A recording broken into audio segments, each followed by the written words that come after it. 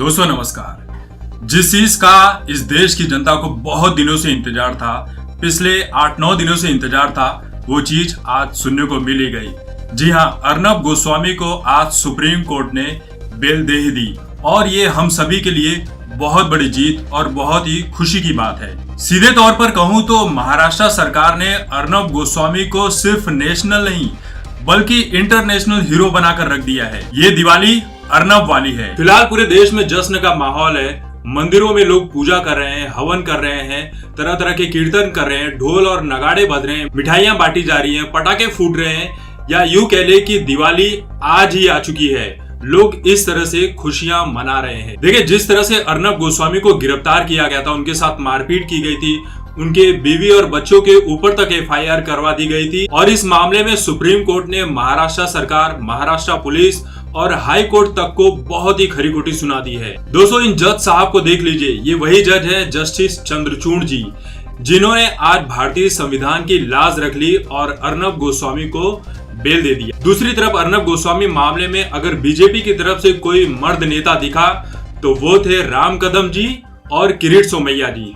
ये ऐसे दो नेता थे महाराष्ट्र से जिन्होंने अर्नब गोस्वामी के हर मामले को बहुत ही सावधानी से लिया और बहुत ही सावधानी पूर्वक जाकर हर चीज को बारीकी से अपने हिसाब से निपटाने की पूरी कोशिश की। यहाँ तक कि राम कदम जी तो राज्यपाल से मिले, राष्ट्रपति को पत्र तक लिखा, अर्नब गोस्वामी से जेल में मिलकर उनसे मुलाकात की, उनके स्वास्थ्य के बारे में जानकारी ली, जेलर से भी बातचीत की कि अर्नब गोस्वामी का हालचाल कैसा है, उनकी हेल्थ कैसी है। तो इस तरह के नेताओं को दिल से बहुत धन्यवाद, क्योंकि ये असली योद्धा हैं जो नेता कम बाद में पार्टी के ऊपर से उठकर अपनी अंतरात्मा की आवाज सुनकर अर्नब गोस्वामी के लिए, हर आम इंसान के लिए हमेशा खड़े नजर आते हैं। वहीं भारत के farmer attorney general of India Mukul Rohatgi ने भी ये बात कही है कि अगर इसी तरह से लोग लेटर लिखकर लोगों के ऊपर ये इल्जाम लगा दे कि इस आदमी की वजह से मैं आत्महत्या कर रहा हूं, तो भारत के बहुत सारे जो बिजनेसमैन हैं और नेता हैं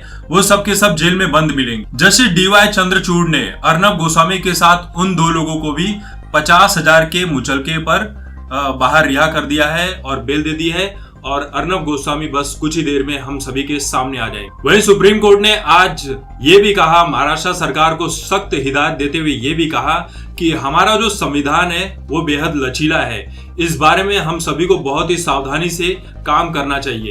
महाराष्ट्र सरकार को अर्नब गोस्वामी टीवी पर क्या बोलते हैं, अपने न्यूज चैनल पर क्या बोलते हैं, इन सभी बातों को इग्नोर करके आगे बढ़ना चाहिए और अपने काम पर ध्यान देना चाहिए। यहाँ तक कि उन्होंने ये भी कहा कि मैं भी अर्नब गोस्वामी का चैनल नहीं देखता, भले मेरी विचारधारा उनके साथ ना मिलती हो, लेकिन इस देश में अभिव्यक्ति की आजादी है, उसकी पूर्ण स्वतंत्रता है और उसका पालन किया जाना चाहिए। हर इंसान को अपनी बात रखने का मौका मिलना चाहिए और इस बात से किसी को तकलीफ नहीं होनी चाहिए। अगर कोर्ट ही अभिव्यक्ति की आजादी की रक्षा नहीं करेगा तो किस बात की स्वतंत्रता। यहाँ तक कि सुप्रीम कोर्ट ने महाराष्ट्र पुलिस से भी ये सवाल किया है कि अर्नब गोस्वामी को हिरासत में लेकर पूछताछ करने की क्या जरूरत है। अगर किसी का पैसा बकाया है और कोई आत्महत्या कर लेता है तो क्या ये अपहरण का मामला हो जाएगा? क्या ये कस्टोडियल पूछताछ का मामला है? क्या अगर एफआईआर अभी भी लंबित है तो क्या उसे जमानत नहीं दी जाएगी? वहीं अर्नब गोस्वामी के जो वकील हैं हरीश साल्वे जी, उन्होंने ये कहा कि अभी कुछ दिन पहले एक बस कंडक्टर और ड्राइवर ने आत्महत्या कर ली और आत्महत्या में महाराष्ट्र की जो सरकार है उद्धव ठाकरे का नाम लिया है। तो क्या आप उद्धव ठाकरे जी को गिरफ्तार करके जेल में डाल दोगे? अगर नहीं तो फिर अर्नब गोस्वामी के साथ इस तरह की हरकत करने की क्या जरूरत आन पड़ी? वहीं पर जब इस केस की कार्रवाई चल रही थी सुप्रीम कोर्ट में, तब जो कपिल सिब्बल हैं, जो विरोधी पक्ष के वकील हैं, उन्होंने माननीय जज साहब से ये कहा कि मुझे अर्नब गोस्वामी के चैनल से बहुत बड़ी आपत्ति है। तो इस पर जज साहब ने ये कहा कि आपके पास कोई और रास्ता नहीं है क्या? आपके पास रिमोट नहीं है कि आप रिमोट लो और टीवी का चैनल चेंज कर दो या टीवी बंद ही कर दो? अगर आपको रिपब्लिक चैनल अच्छा नहीं लगता, उसका कंटेंट अच्छा नहीं लगता, तो आप उस चैनल को मत देखो। मैं भी नहीं देखता हूँ, मुझे भी नहीं पसंद है। इसका मतलब ये तो नहीं है कि आप उठाकर किसी को जेल में डाल दोगे। यहाँ तक कि अर्नब गोस्वामी के जो वकील है हरीश साल्वे जी, उन्होंने तो अब इस मामले में सीबीआई जांच की मांग तक कर दी है। अब आप सोच लीजिए कि ये केस किस दिशा में जाने वाला है और इस केस में क्या क्या निकल कर सामने आएगा। फिलहाल पूरे देश में जिस तरह से जश्न का माहौल है, उसे देखकर तो यही लग रहा है कि भाई वाकई में दिवाली आ गई है और अर्नब गोस्वामी को महाराष्ट्र की सरकार ने हीरो बनाकर रख दिया है।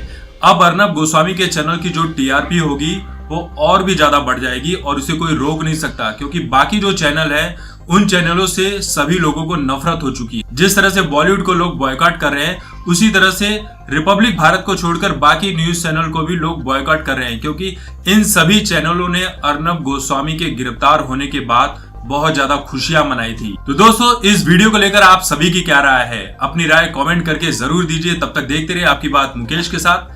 धन्यवाद।